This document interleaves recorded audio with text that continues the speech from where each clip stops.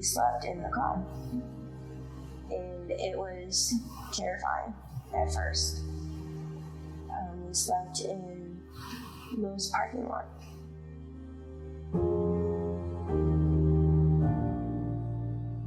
I think first we tried staying with a friend, but then it didn't really work. So then we tried staying in a hotel room, but then the cost became too much. I've been living in my car with my daughter and 2 cats.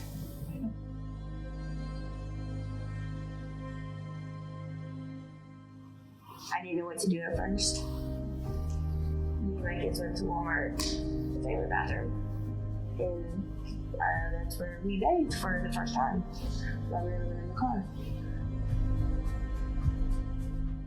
It's very unpredictable because some days I'm able to finish schoolwork, some days I'm not, and depending on those days, I don't get a lot of sleep, so it's harder to focus in class and keep up with my responsibilities. But then the blame is just on me because they don't know the full story.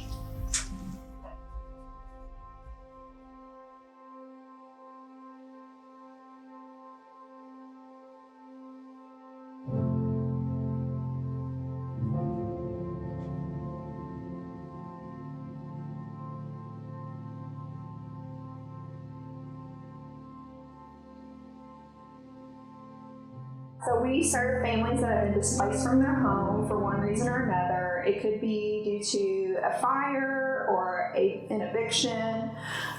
Sometimes it's custody issues. Sometimes we help unaccompanied youth.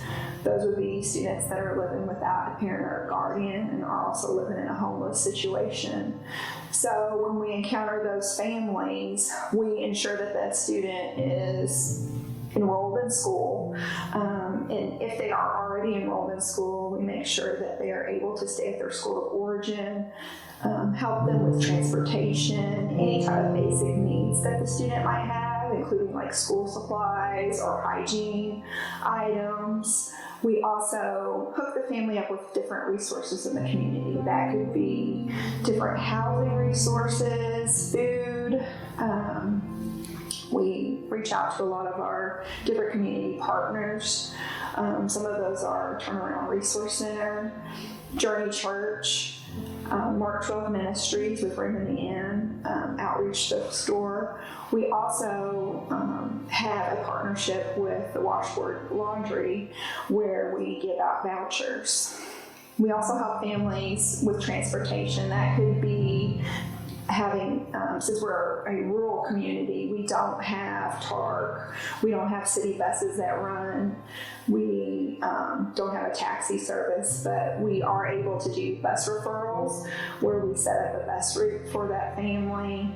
We have van drivers that work specifically with our Mckinney-Vento students to get them to and from school. And if we have a parent that is able to and willing to transport their student, we are able to provide gas cards for them.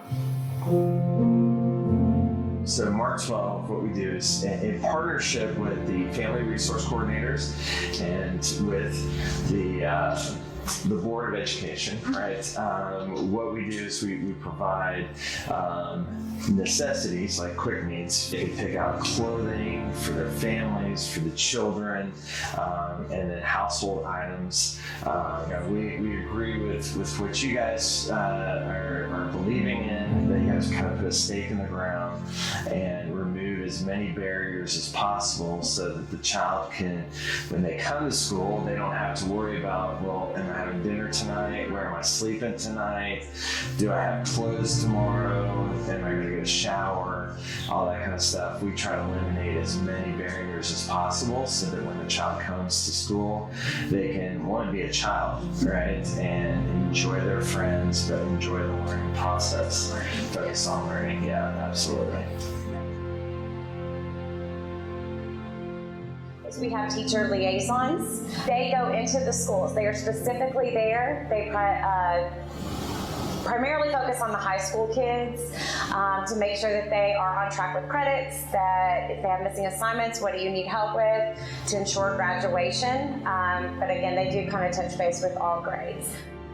So we get families a lot of times when they're displaced from their home, they are scared. They're worried about the school finding out because they're staying in places that are outside of the school district.